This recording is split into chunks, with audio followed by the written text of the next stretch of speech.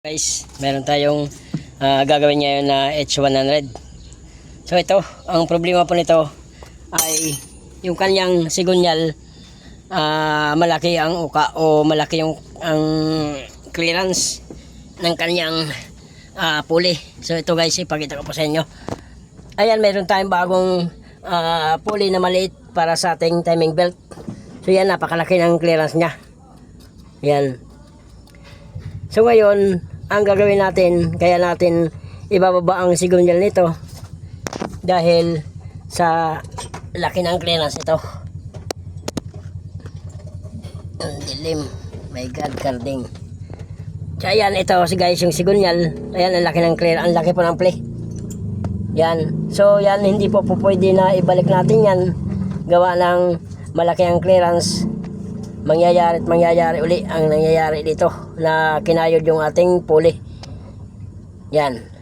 So ang gagawin natin lang, dahil po dito sa ano na to, sa kunya na to o sa kanal na to, lumaki po siya. Ngayon, kaya natin ibababa ang sigunyal nito. Bali yun ang gagawin natin. Ito bago rin to guys. Pati yung ating pulley bago rin.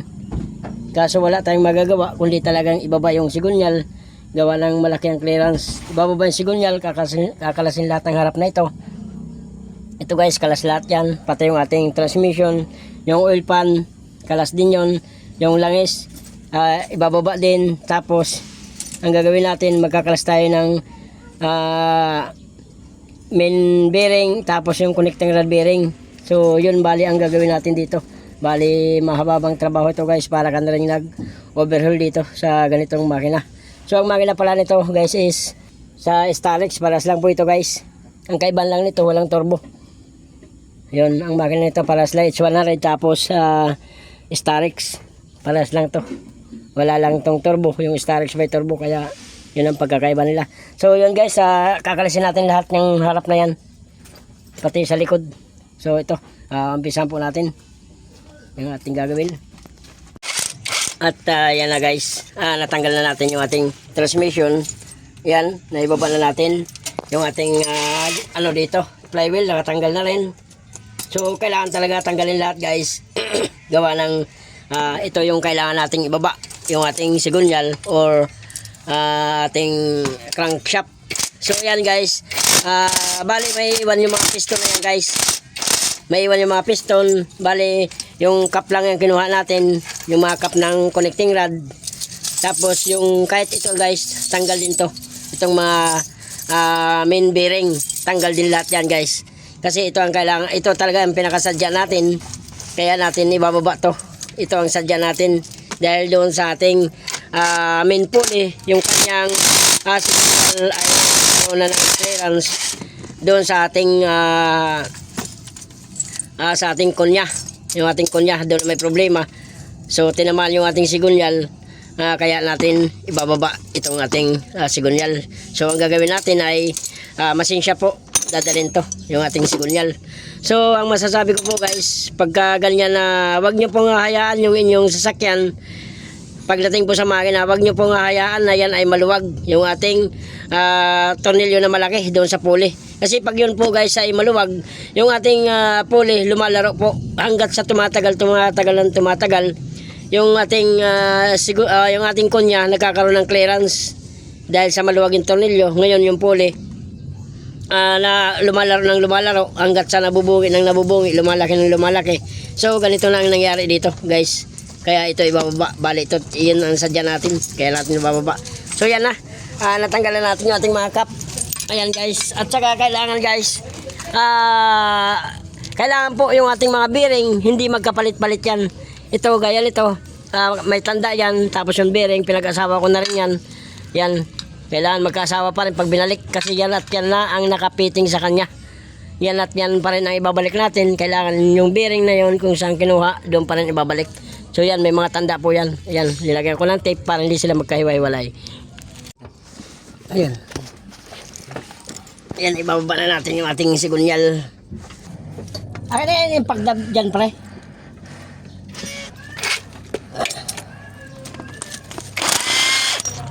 Tika. Napunta ka. Kay cellphone.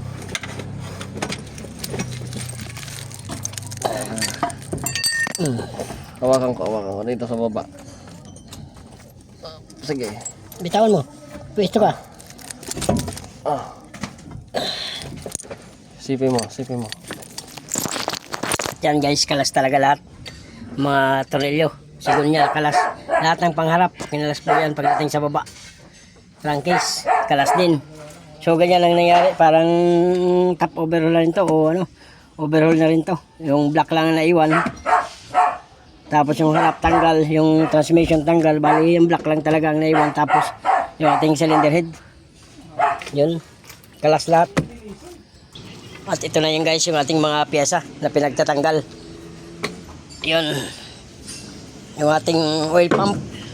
Ito. Yan. Tapos yung ating mga main bearing. Ito na yung guys. So kailangan hindi magkapalit-palit yan. Kung anong bearing na nandyan, yan at yan pa rin yan kailangan. So yan, ito yung ating mga Conrad bearing. Yan. Nandyan din yung mga bearing yan. Kanya-kanya, pinag-partner ko yan. Ito naman yung ating side thrust washer. So yan, ito ang kapartner nyan. So yan, yung ating clutch lining. Okay pa naman. Hindi pa papalitan yan yung ating clutch lining at saka pressure plate. Goods pa yan. Yun yung ating ito. Yung mayosil na yan, palit yan guys. Papalitan na natin yan. Ito yung ating strainer. Yun. Ating mga parts. So ito ang nangyari sa kanya. Kaya natin to ang ano sana papalitan ng isang buo kaso may kamahalan. Nasa magkano boss ang isang buo nito? 28,000 sa mga ano, sa mga naka H100. Ito 28,000 ang isang buong sigunyal. Ang problema talaga nito, ito yung kanyang ayan yung kanyang, ito yung kanyang kunya. Ayan, laki ng clearance. Yan, kaya nag-decide tayo na ibaba talaga isang buo. Tapos ipapamasin shop. Bali ang gagawin ng machine shop nito, pupunuan nila to. Tapos mag-uuka ulit ng panibagong ganito. Magagawa sila ulit ng ganitong style machine shop. So yan, bubuin nila yan. Pati ito kailangan, kung ano nga ang tama talaga dito, ay pinupukpok to bago mo may pasok. Kasi matigas talaga to at kailangan pit na pit. Yan, gaya rito. Yan guys. Yan, dapat ganyan. Walang ka-clearance. Yan. Yan talagang tama niyan. Dapat ganito rin yan. Mas maganda, mas masikip. Yan. Ito, ang laki ng clearance. Yan. At saka, ito guys, ang mga pinagpalitan mga pyesa. Napakarami na nito. Halos pang ilang palit na natin to boss? Pang-lima na. Ito guys, ayan oh. Ang lalim. Ayan, lapad oh. Tapos ito na sana guys yung ating ipapalit na bago. Kaso sayang kung ibabalik pa rin natin at masisira lang din pag hindi pinagawa muna yung sigunyal. So ito, bagong bago na to. So hindi na namin tinuloy. Ang nag-decide na lang na palitan ng paggawa na lang sigunyal. Ito pa yung mga pinagpalitan. Ito yung kinalas namin ngayon. Yan, talagang durog. Oh. Bali junk shop ang mapupuntahan yan. Ito pa yung pangalawa. Yan din yan. Ayan. Bali pangilang palit na to boss? Apat na yung nasira. Pang-apat na yung nasira ang ganito. Bali pang-lima na to kung sakasakali. Kaso hindi na namin tinuloy gawa ng ano talaga, delikado na. Yun yung mga pinagpapalitan lahat. So yun, ito lang bago. Bali ito ang abangan natin. May balik sa dati. Bali yung mga bearing guys, yung pa rin yung ating kakabit. Ay yung kanyang mga bearing dito, kaya hindi pwede magkahiwa-hiwalay yun. Kung anong tinanggal dito na bearing, yun pa rin ay kakabit. Itotok natin ng maayos. Tapos saka natin ipipit ng maayos pagka itotok. Tapos kailangan may balik sa dating torque nya. So yun lang muna guys. Ito lang yung ating video ngayon. So video na lang ulit pagka yan ay ating bubuhin na. Asimbulin, hugasan muna ni Bobosing yan. So hanggang dito lang yung aking video guys.